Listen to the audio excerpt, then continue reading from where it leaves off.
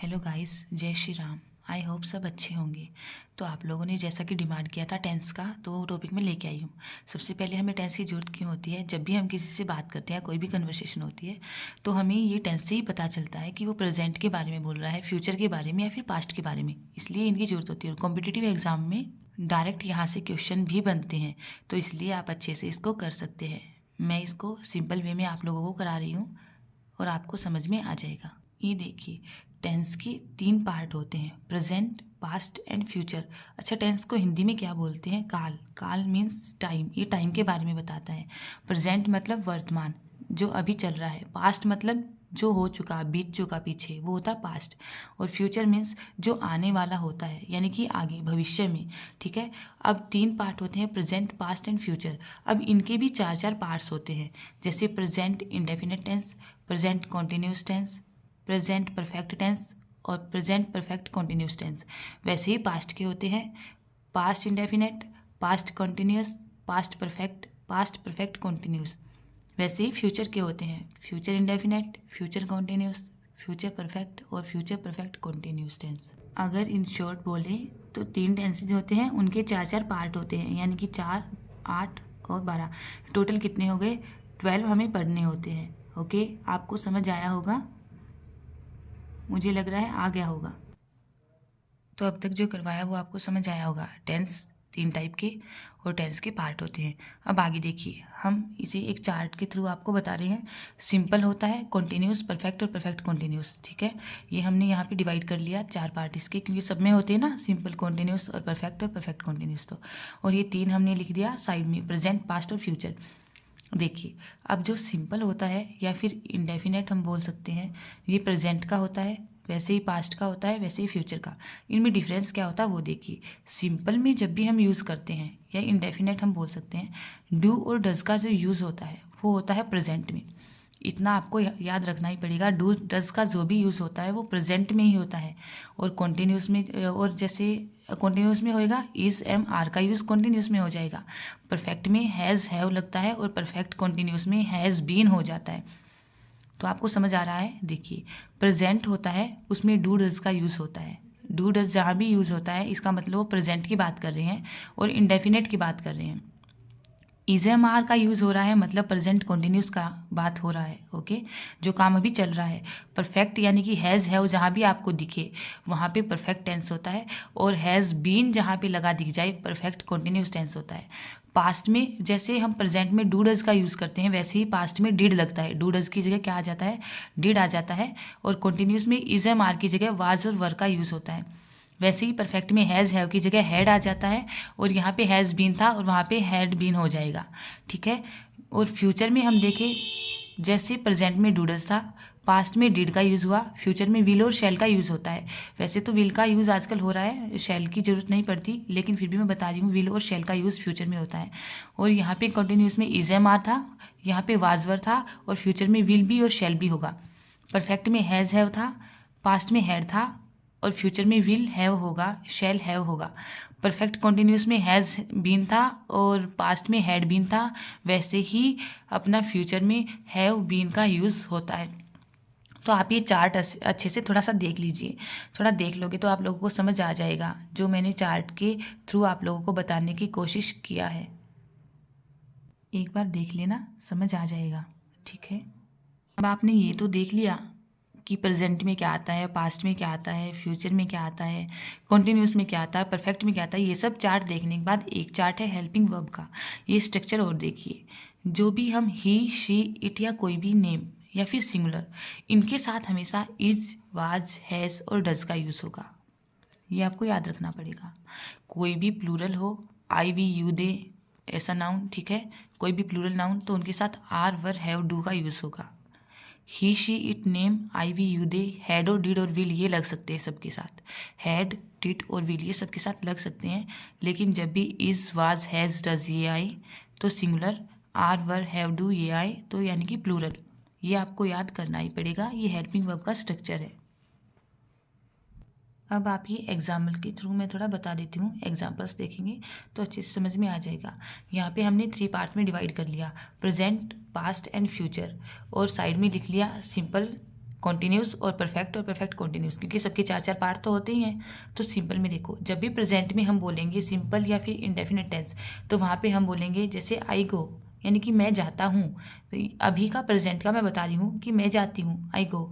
और मान लो मैं बोलूँगी वह जाती है, शी गो नहीं बोलेंगे, शी गोज बोलेंगे। एक तो याद रखो, जब भी लास्ट में जहाँ पे ओ आए उसके साथ तो ईएस लगेगा ही, जैसे गोज, जैसे गो के साथ गोज हो जाएगा, डू के साथ डज, ऐसे करके। तो मैंने पहले ही बताया था, ही शी इट और कोई भी नेम, जैसा कि मैंने बोल भी दिया है, ही शी इट और कोई भी नेम, इसके साथ जब भी लगाओ तो वर्ब के साथ एस और ईएस लगाना ही पड़ेगा, ठीक है। तो हमने बोला शी गोज ना कि शी गो, ही गोज ना कि ही गो। और अगर ऐसे बोले आई गो तो वो चल जाएगा, ठीक है। ये है प्रेजेंट का, यानी कि मैं जाता हूँ मैंने बोला, या मैं जाती हूँ तो आई गो, ठीक है। अगर हम इसको पास्ट में बोलेंगे तो हम बोलेंगे आई वेंट, यानी कि सेकंड। आपको याद रखना है, प्रेजेंट में फर्स्ट फॉर्म को याद रखें, पास्ट में हमेशा सेकंड फॉर्म को याद रखें। और जब भी परफेक्ट की बात करते हैं वहाँ पे आपको हमेशा थर्ड फॉर्म को ही याद रखना है, ठीक है। आप इतना याद रखो, जैसे प्रेजेंट को हम बोल रहे हैं आई गो, मैं जाती हूँ, पास्ट को बोलेंगे आई वेंट, यानी कि मैं गई, यानी कि मैं जा चुकी हूँ पहले ही, मैं गई, इसका मतलब मैं वो पास्ट में गया। और जैसे फ्यूचर में हम इसको बोलें तो बोलेंगे आई विल गो, यानी कि मैं जाऊंगी, अभी मैं गई नहीं हूँ, अभी मैं जाऊंगी, आई विल गो। यहाँ मैंने फ्यूचर की बात किया विल लगा के। आगे अगर ऐसे कंटिन्यूस की बोले, कंटिन्यूस मतलब क्या होता है, लगातार, यानी कि जो चल रहा है। हम बोलेंगे आई एम गोइंग, मैं जा रही हूँ, ओके, आई एम गोइंग, ठीक है। ही इज़ गोइंग, वह जा रहा है, यानी कि अभी वह जा रहा है, ये काम चल रहा है, ये प्रेजेंट की बात है। अगर मैं बोलूँ आई वॉज गोइंग, मैं जा रही थी, तो ये कौन सा हुआ, ये पास्ट हुआ, यानी कि वो पास्ट की बता रहा है कि मैं जा रही थी। अगर मैं फ्यूचर में बोलूँ आई विल बी गोइंग, तो मैं जाऊंगी, मैं जा रही होंगी, सॉरी मैं जा रही होंगी, यानी कि वो फ्यूचर का बता दिया कि आई विल बी गोइंग, मैं जा रही होंगी, अभी गई नहीं हूँ, जा रही होंगी, फ्यूचर की बता रहा है, क्योंकि यहाँ पे विल का यूज़ हुआ। अच्छा, अब आप ये भी बोल सकते हैं कि विल के साथ या शैल होता है उसके साथ बी का यूज़ हम क्यों करते हैं। हम ये भी बोल सकते थे आई विल गोइंग, हमने ऐसा क्यों नहीं बोला, आपका ये भी डाउट होगा। जैसे यहाँ पे आई विल गो, मैं जाऊंगी, आई विल बी गोइंग मैंने क्यों बोला, आई विल गोइंग क्यों नहीं बोला, बी क्यों लगाया, ये क्या नीड थी इसकी। तो ये इसलिए लगाया क्योंकि जब भी कोई भी modals, can, could, may, might, shall, should, will, would, कोई भी जैसे मॉडल्स होते हैं उनके साथ क्या होता है, हमेशा वर्ब की फर्स्ट फॉर्म वो प्रेफर करते हैं, हमेशा वर्ब की फर्स्ट फॉर्म ही उनके साथ आती है। तो अगर मैं सीधा बोल दूंगी आई विल गोइंग, तो मतलब गोइंग बोल दिया मैंने, गो तो नहीं बोल सकती यहाँ पे, तो इसलिए मैंने यहाँ पे बी का यूज़ किया। इसलिए हम फ्यूचर में जब भी बी लगाते हैं वो इसलिए लगाते हैं क्योंकि विल एक मॉडल है और मॉडल्स के साथ हमेशा वर्ब की फर्स्ट फॉर्म ही आती है, इसलिए हमने बोला आई विल बी गोइंग, मैं जा रही होंगी, ठीक है। आप लोगों को समझ आया, आई होप आपको समझ आ रहा होगा।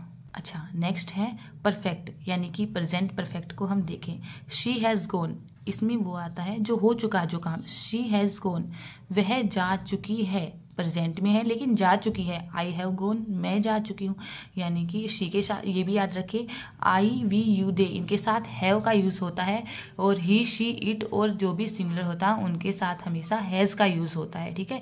जैसे शी हैज़ गोन, वह जा चुकी है, आई हैव गोन, मैं जा चुकी हूँ। और अगर यही बात हम पास्ट में बोलेंगे तो बोलेंगे आई हैड गोन, इसका क्या बोलेंगे बोलो आप, इसका बोलेंगे आई हैड गोन, मैं जा चुकी थी, ये है मैं जा चुकी हूँ।